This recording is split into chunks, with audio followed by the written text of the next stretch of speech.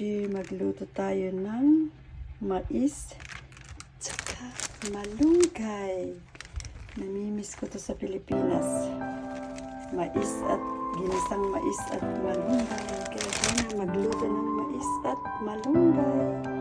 Mga beshi, with ampalaya pa. Okay? Tatlong klase, ampalaya, mais at malunggay. Sarap yan, di ba? Sana yung mais at malunggay. Bawang. Ilagay na yung mais. Sarap. Then, ilagay mo ang palaya.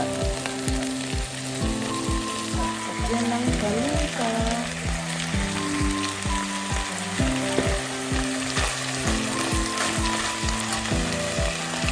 Konting patis.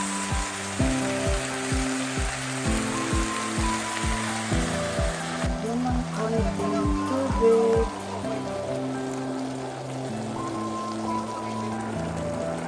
Then, ilagay na yung malunggay. Sarap, diba? Ginisang mais, malunggay, at ampalaya. Wow! Made from Canada. Made from Canada. See? Mais at may malunggay. Sarap.